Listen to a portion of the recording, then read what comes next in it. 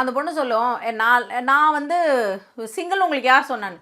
போங்கங்க, பசங்கள்லாம் இன்னொரு ஒரு பசங்கள்கிட்ட பேசவே விட மாட்டானுங்க. அப்படி இருக்கும்போது என்ன நீங்கள் ரூம்மேட்டாக இருக்கீங்கன்னா நீங்கள் சிங்கிள் தானே அப்படின்றத கரெக்டாக சொல்லுவான். சொல்லிவிட்டு அந்த பையன் இன்னொரு விஷயமும் உண்மையிலே கரெக்டாக சொல்லுவான். நீங்கள் நானுமே அப்படி தாங்க இருப்பேன், மேபி இருப்பனா இருக்கும் அப்படின்னு சொல்லுவான்.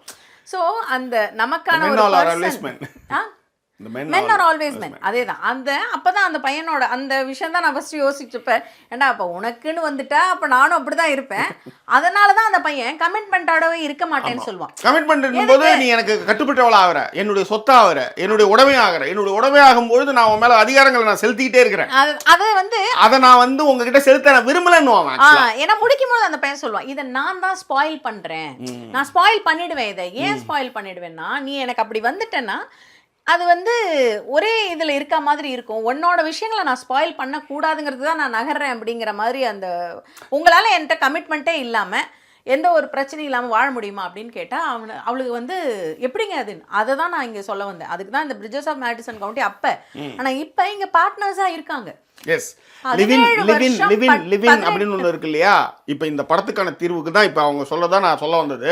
அவங்க சொல்லிட்டாங்க, இங்கே லிவின் அப்படின்றத நம்ம ஊரில் வந்து லிவின்ல இருந்து கல்யாணம் பண்ணிக்குவாங்க. இங்கே லிவின்ல இருந்து இன்னைய வரலையும் கல்யாணமே பண்ணிக்க மாட்டாங்க. அந்த கமிட்மெண்ட்டே இருக்காது. புள்ள பெற்றுக்குவாங்க எல்லாருக்கும். இப்போ இந்த இடத்துல வந்து இதில் எப்படி சார் அவங்க வாழறாங்கன்னா, அது அவங்க பர்சனல். அவங்க என்ன வேணாலும் அதற்கான க்ரைட்டீரியா வச்சுருப்பாங்க. அப்புறம் இதில் ஓப்பன் ரிலேஷன்ஷிப்னு இருக்குது. அவங்கவுங்க பர்சனல், அவங்க யாரை கூட வேணாலும் போயிட்டு வந்து திரும்ப ஒரு கூட்டுக்கு வந்து உட்கார்றது ஓப்பன் ரிலேஷன்ஷிப்னு சொல்கிறாங்க. அது ஒவ்வொருத்தவங்களும் ஒவ்வொரு விஷயமா அதை எடுத்துகிட்டு போகிறான்னு வச்சுக்கோங்களேன். ஆனால் இங்கே என்னென்னா, நான் என் வாழ்க்கையை வாழறேன், எந்த கமிட்மெண்ட்லேயும் நீ வந்து என்னை வந்து ஒன்று நான் ஸ்பாயில் பண்ணக்கூடாது அப்படின்றத அந்த பையன் சொல்லக்கூடிய விஷயம். ஆனால் நம்ம லிவின்ல இருக்கிறான்ற அடுத்த கான்செப்ட் அவங்க போகவே இல்லை.